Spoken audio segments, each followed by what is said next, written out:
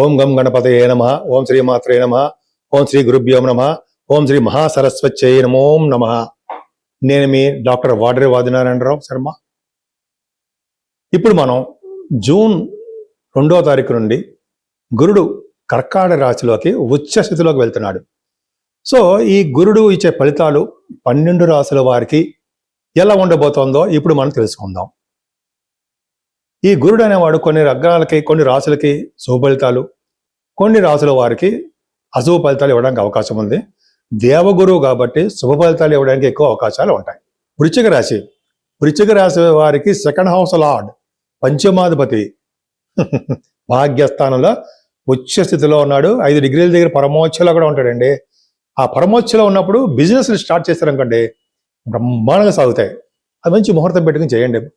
కొత్తగా business start చేసే వాళ్ళకి సూచన అనమాట. సరే, ఆ పక్క పెడదామండి. మీ రాశినే చూస్తున్నాడు. వృశ్చిక రాశినే గురుడు చూడడం వల్ల శుభ ఫలితాలు ఎక్కువ ఉంటాయి. ఉదాహరణకి మీకు నేమ్ అండ్ ఫేమ్ రావడము, కష్టపడి పనిచేసిన వారికి బాగా నేమ్ అండ్ ఫేమ్, పేరు ప్రఖ్యాతులు రావడము, అలాగే ఆయుర్దాయం పెరగడము, విద్య రావడము, అలాగే గౌరవ మర్యాదలు దక్కడము, ధన సంపాదన మెరుగు అవ్వడము, ఇవన్నీ కూడా బాగా చెప్పచ్చు మనం. సెకండ్ హౌస్ లాడు భాగ్యంలో ఉచ్చ స్థితిలో ఉన్నాడు కదండి. సెకండ్ హౌస్ లాడు ఉచ్చ స్థితిలో ఉన్నాడంటే మీకు ధనాదాయం, డబ్బులు బాగా పెరుగుతాయి. రెట్టింపు ధనం పెరుగుతుంది. అంటే మీరు ఎంత కష్టపడతారో చూడండి. మీ కష్టపడ్డందుకు ఫలితాలు ఖచ్చితంగా వస్తాయి. వృశ్చిక రాశి వారికి 9th భావంలో ఉన్నటువంటి గురుడు సెకండ్ హౌస్ లార్డ్ అవడం వలన ధనాదాయం పెరగడము, ముఖవర్చస్సు పెరగడము, వేళపట్టు అంటే ఫుడ్ అనమాట, ఎక్కడికి వెళ్ళినా ఫుడ్ లభించడము, బంగారాభరణాలు, విద్యలో బాగా రాణించడము, వేదశాస్త్ర విద్య రావడము. ఏంటండి మాటల?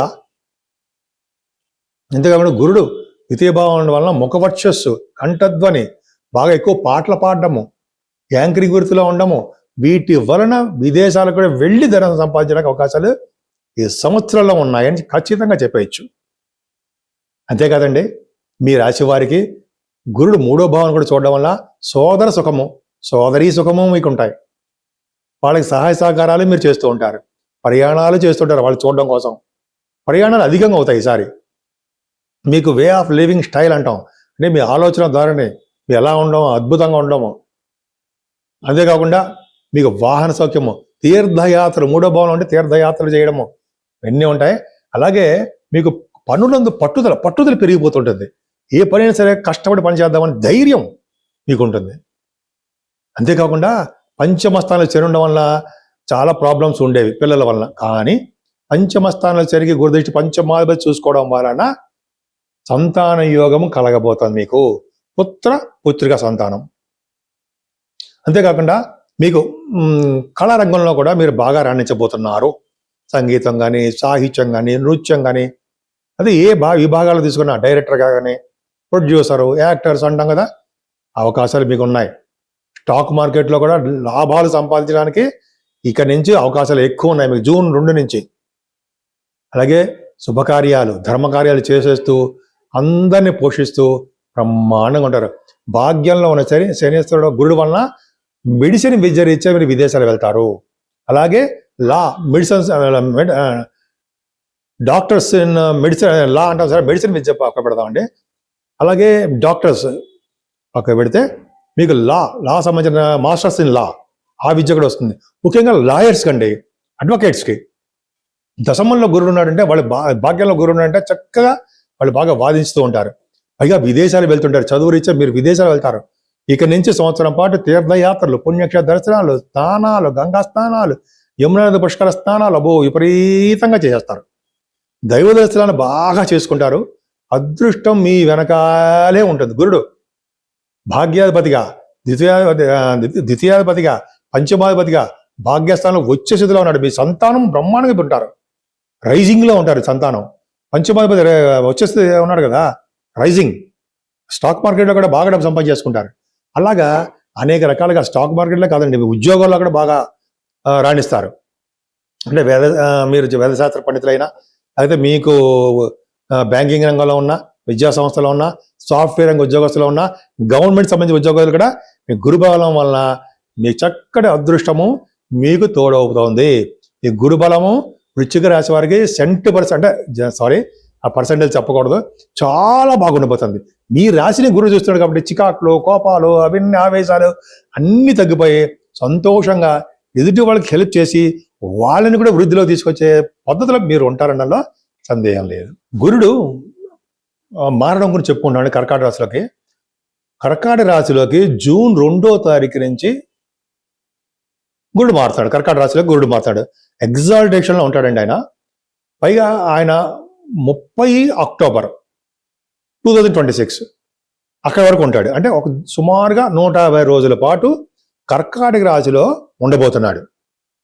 ఉచ్చస్థితిలో ఉంటున్నాడు. అంతేకాకుండా 31 అక్టోబర్ అంటే నెక్స్ట్ డే నుంచి అక్కడి నుంచి జూన్ 24వ తారీఖు వరకు ఆల్మోస్ట్ 85 డేస్ సింహరాశిలో ఉంటున్నాడు.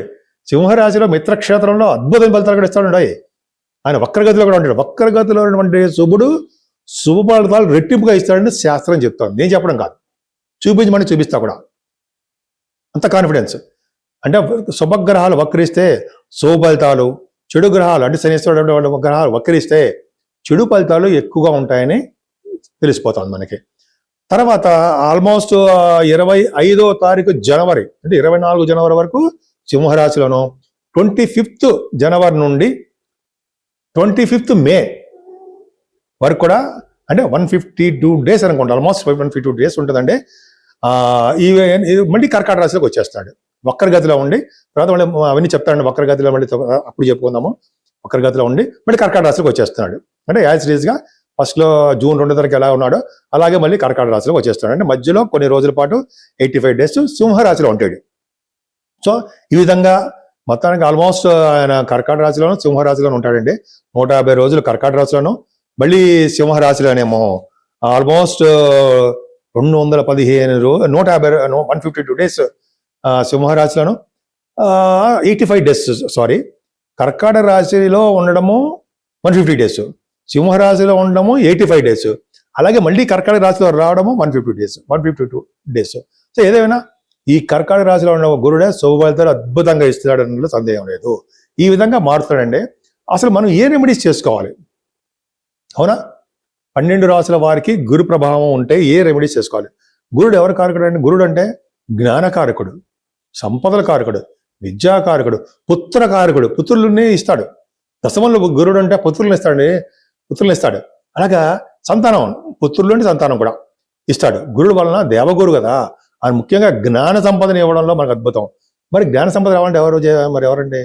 మేధా సహిత దక్షిణామూర్తి గారిని, ఆ స్వామివారిని పూజ చేసుకుంటే దక్షిణముఖంగా ఉంటారు కదా ఆయన దక్షిణామూర్తి గారిని పూజ చేసుకోవడం వల్ల శివుడి రూపమే పూజ చేసుకోవడం వల్ల అనంతమైన జ్ఞానము వచ్చి తీరుతుందండి మనకి. సో దక్షిణామూర్తి గారిని పూజించడం మానకూడదు సంవత్సరం పాటు.